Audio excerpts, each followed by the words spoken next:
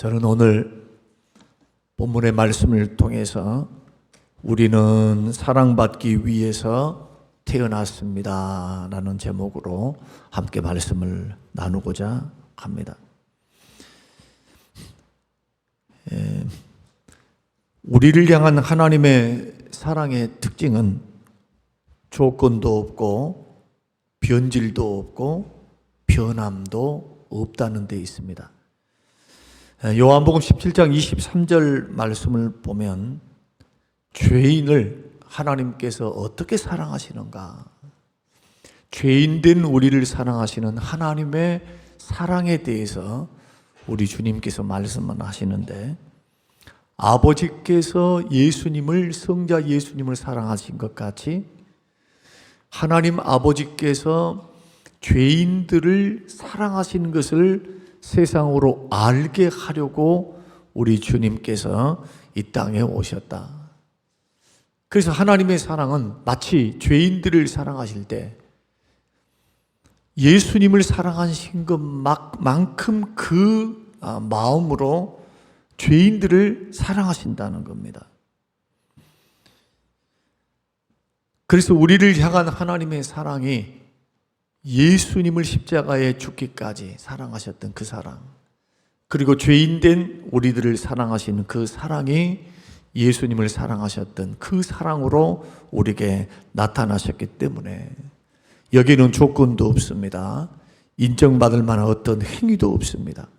어떤 신앙적인 노력이나 선행이나 공력도 없습니다. 내가 말씀을 잘 지켰기 때문에, 또 기도를 많이 했기 때문에, 봉사를 많이 했기 때문에 우리 주님께서 우리를 사랑하신 것이 아닙니다. 아직 죄인 되었는데, 부족한데, 죄투성이인데 조건 없이 무조건적으로 사랑하시기로 결심하신 것, 이것이 바로 십자가의 사건입니다. 그리고 이 사랑은 약해지지 않습니다. 없어지지도 않습니다. 행위 때문에, 우리 행위 때문에 변질되지도 않습니다. 어떤 조건에 의해서 변하지도 않습니다. 그것을 확증하기 위해서 하나밖에 없는 그 독생자를 이 땅에 보내서 십자가에 죽게 하셨습니다. 우리가 곰곰이 생각해 보면 하나님께서 죄인들을 향하신 그 사랑이 얼마나 그 결심이 확고한지, 독생자를 아낌없이 죽기까지 이 땅에 보내신 겁니다.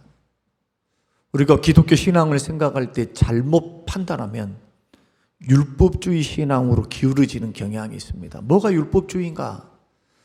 우리의 근거를 했느냐 안 했느냐, 그것으로 삼는 겁니다. 뭘 잘했느냐 못했느냐, 죄를 지었느냐 안 지었느냐, 그것은 복음 위에 세워야 할 것입니다. 은혜가 먼저입니다. 순서를 바꿔버리면 율법주의 이단입니다. 구원이 없습니다. 순서를 바꾸면, 율법을 기초로 해서 복음을 위에다 올려놓으면 이것은 갈라디아서 1장에서 말씀하는 다른 복음이 됩니다. 다른 복음이 뭡니까? 성령으로 시작했다가 율법으로, 행위로 마치려고 하느냐? 오늘날 한국교회 안에 얼마나 많은 사람들이 잘못된 신앙 가운데 허덕이고 있는지 모릅니다. 비록 복음이 선포되어져서 죄에 대한 책망, 또 죄에 대한 경고가 약해진 것은 아닐까 염려하고 걱정하신 분들이 있습니다. 그러나 복음이 있는 곳에는 책임이 발생합니다. 그 십자가를 만난 사람들은 결코 계속적으로 반복적으로 죄 가운데 있을 수가 없습니다. 잠깐은 넘어질 수 있어요. 사람이기 때문에 실수할 수 있습니다. 그러나 꾸준히 그 길을 걸어간다니요, 이거 있을 수 없는 거예요. 요한 1서 말씀 보면은 우리가 죄 가운데 있으면 죄 가운데 죄를 지을 수도 없지만, 여기서 죄를 짓지 않는다, 거듭난 사람, 하나님께로 난 자마다 죄를 짓지 아니하나니 할 때 이 죄는 반복적인 죄를 말합니다. 끝까지 고집하면서 그 죄 가운데 있을 수가 없어요, 구원받은 사람들은. 하나님이 가만 계시지를 않습니다. 성령께서 깨닫게 하시고 환경을 통해서 하나님께서 징계하시고 하나님께서 그 길을 내가 기뻐하지 아니한다. 마음의 부담감을 주시고 이 길 걸어가면은 내가 자기가 알아요. 이렇게 걸어가면 망조드는데 이렇게 걸어가면 큰일 날 텐데. 근데 성령이 주시는 양심을 통해서 주시고 말씀을 통해서 주시는 그 성령의 음성을 자꾸 거부를 하게 되면 어떻게 되겠습니까? 거부를 하게 되면 점점 강팍해집니다.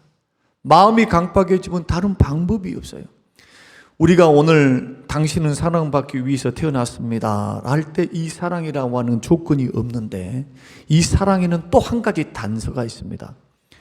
히브리서 9장의 말씀 보면 받으시는 아들, 사랑하는 자식들마다 하나님께서 사랑하는 자식들마다 징계하시나니 징계하십니다. 공의로도 징계하시지만 사랑으로도 징계하십니다. 부지런히 징계하십니다. 권면하십니다. 책망하십니다. 야야, 그 길 걸어가지 마라. 너 그렇게 걸어가면 안 된다.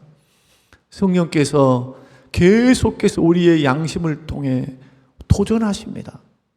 은혜가 깊어지면 깊어질수록 성령께 민감하고 죄악에 민감합니다. 여러분, 순백색의 옷을 입고 있는 사람들, 흰 드레스를 입고 있는 사람들, 흰 양복을 입는 사람들 어떻게 행동을 합니까? 조심스럽게 행동합니다. 행여라도 밥 먹을 때 김치 국물이 떨어질까? 의자를 앉을 때도 먼지가 묻을까?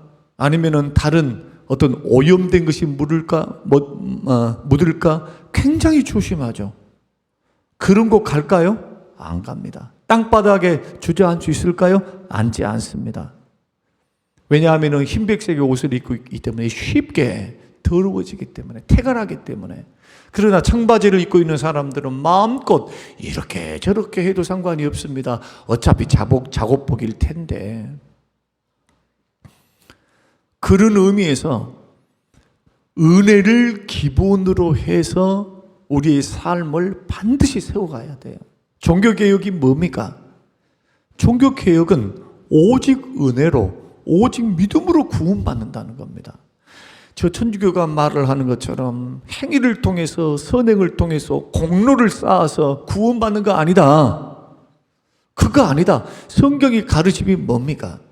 창세 전부터 예정해 하셨다는 예정. 내가 죄를 알기도 전에, 내가 한 아버지 어머니를 알기도 전에, 선악을 알기도 전에, 창세 전부터 우리 하나님이 우리를 선택하시고 때가 되면 부모를 통해, 부정 모혈을 통해 이 땅에 오게 하시고, 그리고 아무런 나는 자범죄를 짓지 않았음에도 불구하고 우리 속에는 타락한 본성, 아담으로부터 전해져 내려오는 그러한 죄악의 형질, 죄성을 우리가 갖고 있어서 우리는 태어날 때부터 죄인으로 태어납니다. 아담 이후에 있는 모든 사람들은. 그래서 모든 사람이 죄를 범했습니다. 로마서 3장 하나님의 영광에 이르지 못합니다. 그 말이 뭡니까? 천국 못 간다는 거예요. 모든 사람이 죄를 지었으니.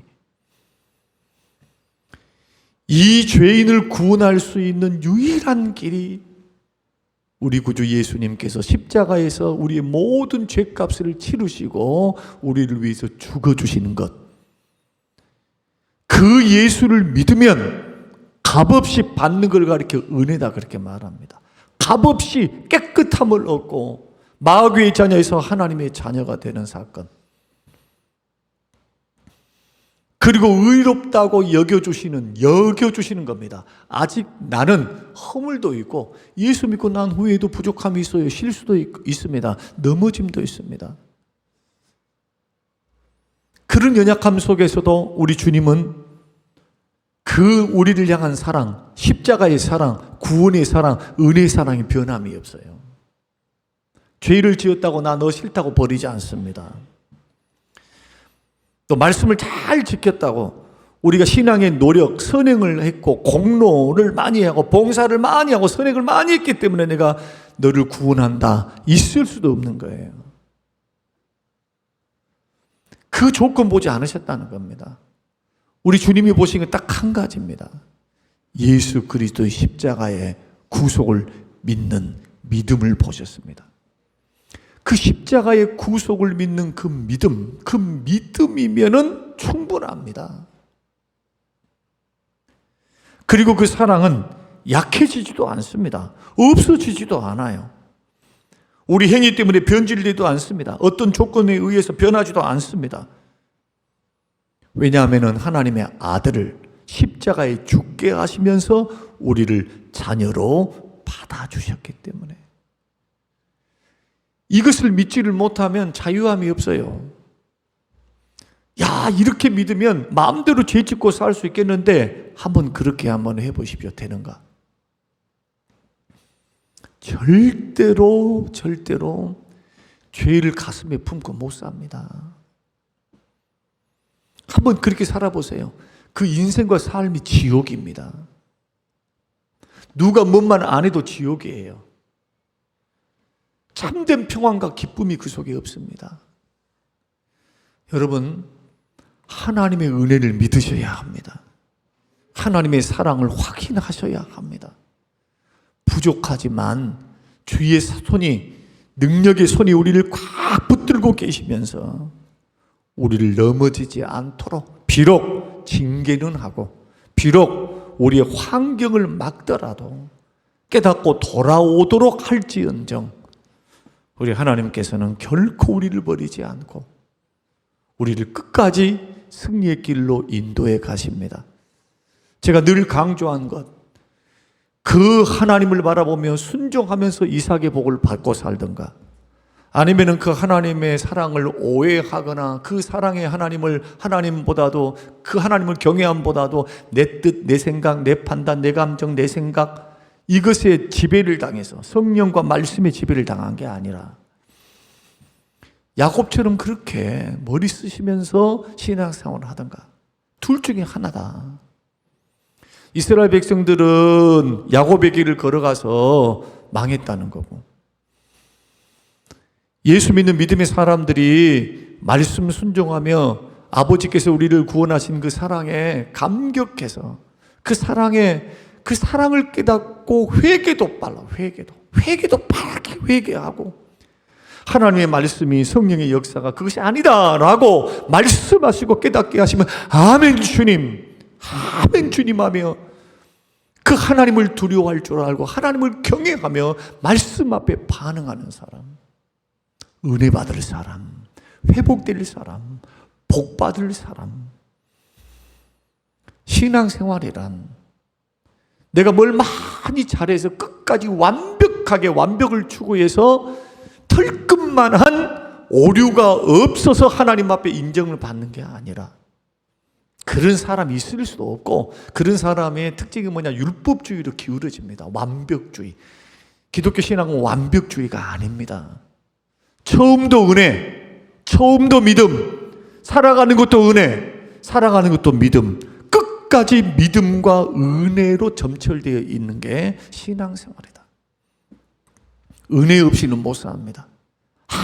아무리 내가 말씀 지키고 목숨을 바쳐서 순교한다 할지라도 하나님의 은혜 주심이 없이는 우리는 한순간도 버틸 수가 없어요. 은혜가 뭡니까? 받을 만한 자격이 없는데 하나님께서 자꾸 호의를 베풀어줘요. 내가 일주일 동안 행했던 모습을 보면은 정말 하나님 눈으로 보면 복받을 만한 이유가 없어요. 보호해 줘야만 이유가 없고, 이뻐해 줘야만 이유가 하나도 없어요.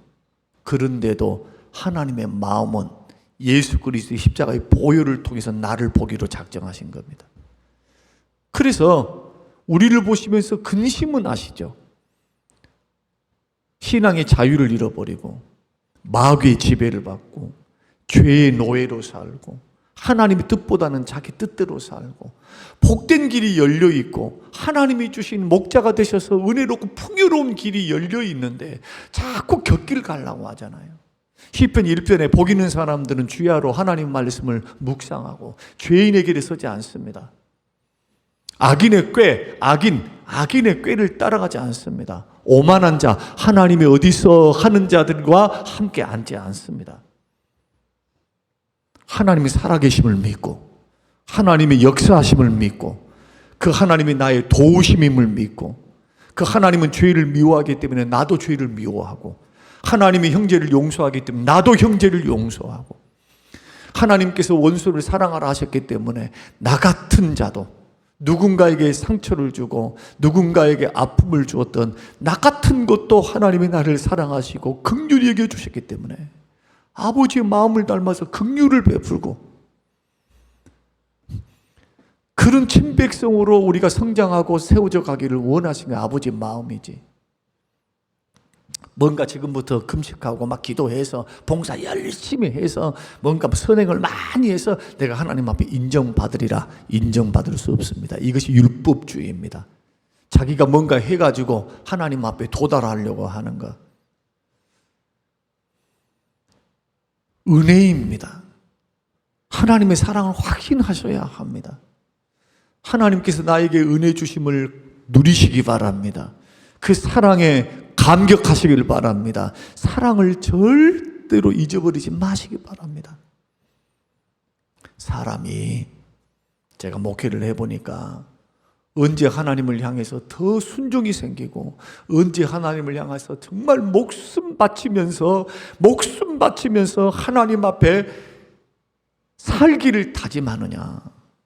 내가 스스로 잘나서 내가 종교적인 어떤 것들을 잘해가지고 말씀 잘 지켜가지고 있을 때는 은연중에 이것이 자랑이 되고 이것이 자기의 공로가 돼요.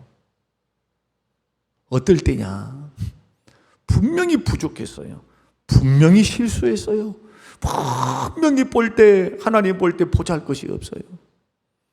근데 하나님께서 베푸시는 그 은혜와 사랑은 변함이 없는 거예요.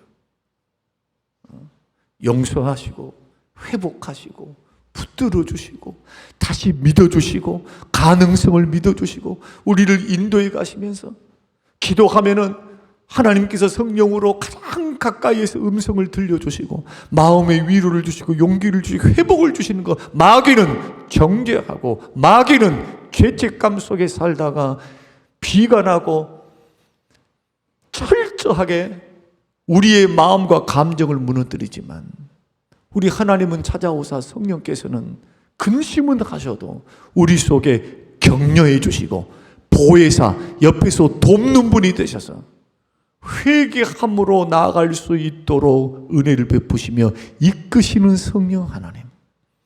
은혜입니다. 그래서 회개할 줄 아는 것도 은혜예요. 은혜. 깨닫는 것도 은혜입니다. 여러분은 은혜 정말 죄가 깨달아지고 회개하는 마음이 있다면 이것은 보통 큰 은혜가 아닙니다. 왜냐하면 회복의 시작이요 축복의 시작이기 때문에 하나님이 지금 나를 만지시고 계시는구나. 사랑하고 계시는구나. 그러기 전까지 회복이 없어요. 하루는 존 비비엄 목사님께서 아들 4명과 즐겁게 식사를 하시다가 문득 하나님을 묵상하고 설교를 준비했던 것을 떠올리면서 아이들에게 이렇게 말을 했습니다. 얘들아, 너희가 무슨 짓을 해도 너희들이 세상에서 어떤 일을 한다 할지라도 엄마와 나는 너희를 지금 사랑하는 것보다 더 사랑할 수 있다. 여러분, 이게 부모의 마음 아니겠습니까? 부모는 자식 포기할 수가 없어요. 아무리 못되게 굴고 그가 실수를 하고 사람들에게 지탄의 대상이 된다 할지라도 부모만큼은 자식을 버릴 수가 없는 겁니다. 내리 사랑입니다. 사랑하는 성도 여러분, 부모는 자식의 실수, 허물, 죄, 여부와 상관없이 자식들을 불쌍히 여기는 편에 서 있습니다. 언제나 서 있습니다. 버리지 않습니다. 심판하지 않습니다. 징계하고 꾸지람을 할지언정 버리지 않습니다. 왜냐? 내 속으로 난 내 자식이기 때문에. 저는 비로소 자식들을 이제 결혼을 시키고 난 후에 조금씩 부모의 심정을 더 알아가고 있습니다. 자식들이 슬하에 있을 때, 그러나 지금은 다 떠나고 부부만 남겨져 있어서 사역을 하고 함께 이제 가정생활을 이렇게 하고 있는데 문득 자식들이 추울 때 고생할 것을 생각합니다. 또 자녀들이 어떤 일들을 할 때 감기만 걸렸다, 목소리만 조금 이상해도 걱정을 합니다. 무슨 그들이 뭐 큰 일들을 당해서 걱정이 아니라 마음에 짠해요. 짠한 마음이 들어요. 짠한 마음이. 아이고, 돈 벌고 살라고 저렇게 고생하는구나. 뭐 생각해 보면 큰 고생도 아니요. 왜? 부모들이 걸어왔던 인생들을 생각해 보면 우리들이 더 고생했지 쟤들이 더 고생했습니까? 우리는 진짜 등록금이 없어가지고 또 가정에 돈이 없어가지고 새빵살이 전전하면서 그렇게 상하방에 살면서 추위, 가난, 그 가난의 서러움을 우리 세대, 우리 부모의 세대들, 그 우리 세대까지도 어느 정도로 겪었기 때문에 1960년은 또 태어나서 살았기 때문에 그렇지 않겠습니까? 부모의 마음이 그래요. 거기에다가 덜컥 병이라도 걸려보세요. 그 부모의 마음 찢어져요. 관심이 온통 거기가 있어. 밥을 먹어도 먹는 둥 마는 둥 합니다. 누가 놀러 가자 그래도 뭐 꽃구경 가자 내 무료로 시켜줄게 해도 귀찮아 가봤자 위로해 준답시고 무슨 말을 해도 위로가 안 돼요. 언제까지 위로가 안 될까요? 자식이 병에서 해방될 때까지 위로가 안 돼. 위로가. 자식을 낳아봐야 알아요. 낳아봐야. 그리고 길러봐야 돼. 길러봐야. 우리 둘째 같은 경우는 30살인데도 마음속에 늘 애잔한 마음이 있어요. 애잔이 뭐예요? 마음속에 긍휼히 여기는 마음, 불쌍히 여기는 마음, 애잔한 마음이 아마 죽을 때까지 그거 없어지지 않을 거예요. 저한테는. 자식을 사랑하는 인간의 부모도 그런 마음을 갖고 있는데 하늘 아버지는 하나밖에 없는 독생자, 그것도 죄 없는 그 아들을 십자가에 죄인들인 우리들 위해서 죽기까지 하시면서 우리를 사랑하시는 거예요. 요한복음 17장의 말씀 보니까 예수님 말씀이 그 말씀이잖아요. 아버지가 나를 사랑한 것 같이 아버지가 이 형제들, 이 죄인들을 사랑하시는 것을 알게 하기를 원하나이다. 아버지가 그렇게 죄인들을 사랑하셨다는 거예요. 그러므로 예수 믿다가 낙심하거나 예수 믿다가 그 사랑을 의심하거나 예수 믿다가 어떤 일들 때문에 그것이 죄를 지었든 그것이 어떤 실수든 어떤 것이든 아버지의 사랑을 저버리거나 아버지의 사랑을 잊어버리는 것은 세상에서 가장 어리석은 사람이다. 우리가 슬퍼하실 때 하늘 아버지도 눈물 흘리십니다. 이것을 가리켜 히브리서에서는 체휼하신다. 하나님은 인격을 갖고 계십니다. 감정을 갖고 계세요. 죄는 없지만 의지도 있으시고 감정도 있어요. 자녀들이 항상 기뻐하면 하나님이 기뻐하십니다. 데살로니가서 5장 6절에서 7절 8절 항상 기뻐하고 쉬지 않고 신뢰를 하나님 앞에 보내드리며 어떤 환경 여건에서도 하나님을 믿는 믿음으로 범사에 감사로 승화시키며 하나님께 화답할 줄 아는 것이 너희를 향한 하나님의 뜻이다. 아버지가 하늘에서 기뻐하십니다. 아버지가 만족해 하십니다. 야야 대견하다. 야야 얘들아 고맙다. 정말 힘들고 어려운데 나를 믿는 믿음으로 감사할 줄 알고 너의 힘을 의지하거나 사람을 의지하기 전에 나를 의지하기 위해서 기도하는구나. 그 과정을 하나님이 얼마나 기뻐하시는지. 하늘 아버지의 마음을 100만 분의 1이라도 알려면 여러분 부모죠. 부모. 여러분들이 부모란 말이에요. 부모 지금요. 자식을 낳고 기르는 부모요. 한번 자식을 향한 마음을 한번 헤아려 보면서 자식이 기쁠 때 부모도 기쁘고 자식이 슬프면 부모도 슬프지. 우리 하나님은 인격의 하나님이신데 우리 하나님은 괜찮네 팔짱 끼고 가만히 쳐다보면서 그렇게 하고 있을 거야 생각하는 어리석은 인생들이 얼마나 많습니까? 우리 주님은 우리의 고난에 외면하신 분이 아니십니다. 고난에 함께 동참하십니다. 떠나지 않습니다.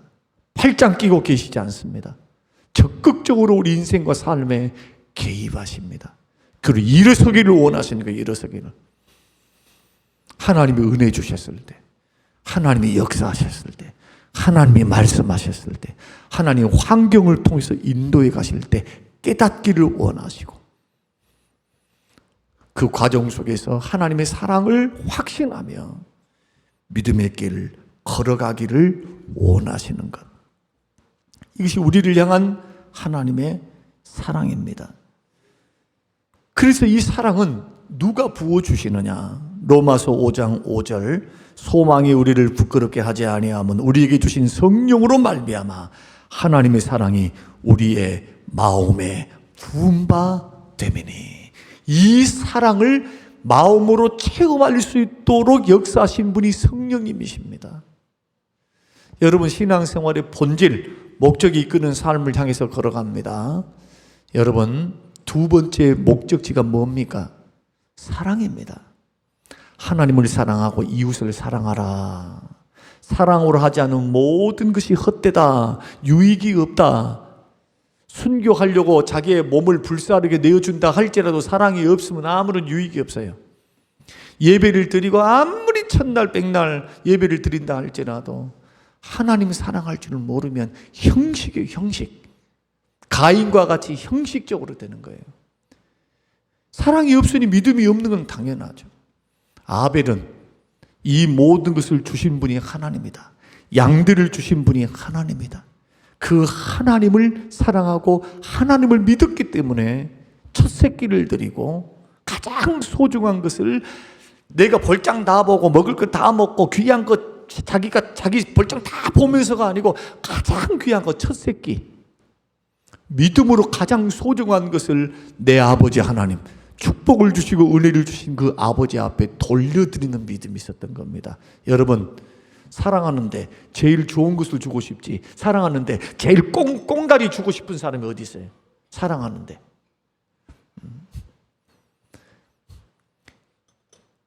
이런 사랑을 받은 우리들이 하나님께서 책임을 우리에게 허락하셨습니다. 그 책임이 뭐냐? 오늘 본문 말씀 우리 성경 한번 찾아보겠습니다. 로마서 12장 10절. 자, 로마서 12장 10절 같이 읽겠습니다. 시작. 형제를 사랑하여 서로 우애하고 존경하기를 서로 먼저 하며. 이런 사랑을 받은 사람들이 책임이 뭐냐? 형제를 사랑하라는 거예요. 서로 우애하라는 겁니다. 존경하기를 서로 먼저 하래요. 조건이 없어요. 조건. 존경받을 만한 일을 했으니까 존경하라고 말씀하지 않습니다. 사랑받을 만한 일을 했으니까 사랑하라 그런 말씀하지 않습니다. 오히려 예수님은 반대로 말합니다. 너에게 더 잘해주고 너를 사랑하는 사람은 사랑하는 것은 이방인들도 한다. 하나님 안 믿는 사람도 한다. 너희들의 사랑은 달라야 하지 않겠냐. 주님 그렇게 우리에게 도전하십니다. 사랑할 수 없는 사람을 사랑하는 것. 그것이 기도의 제목이 되는 것. 기도의 제목이 되는 것. 저는요, 목회를 하면서 뭐 별일은 없겠습니까만은 이런저런 일들, 뭐 잘한 일도 있고 못한 일도 있고 속상한 일도 있고 기쁜 일도 있고 여러 가지 만감이 교차해요. 근데 한 가지는 분명하더라고요. 성도님들을 사랑하면 모든 것이 오케이입니다. 성도님을 뜨겁게 사랑하면 이해가 돼요. 성도님을 사랑하면은 용납이 돼요. 사랑하니까 이해가 됩니다. understand. 아래에서 생각해 주는 거예요. 높은 고자세로 생각하는 게 아니라 그들의 사정을, 그들의 부족함을, 내지는 그들의 어려움을, 성도들의 그 일상을 생각하면서 불쌍히 여기는 마음이 생겨요. 사랑하니까 기도가 되죠. 기도하면은 주님께서 뭘 주시느냐? 불쌍한 마음, 긍휼의 마음, 자비의 마음을 줘요. 그렇게 눈물로 기도하게 돼요. 불쌍히 여기게 돼요. 여러분, 오늘 주셨던 귀한 말씀을 생각하시면서 우리는 사랑받기 위해서 태어난 사람들입니다. 마귀는 자꾸 우리를 참소할 겁니다. 뭐라고? 네가 목사야, 네가 권사야, 네가 장로야, 네가 집사야. 그 말에 귀를 기울여서는 안 됩니다. 못나면 못난 대로, 잘나면 잘난 대로 하나님의 자녀들입니다. 바라기는 성숙한 자녀가 되시기를 바랍니다. 이제는 부모의 마음이 뭔가를 좀 알아야지. 이제는 내 생각, 내 감정에만 충실하면 어떻게 합니까?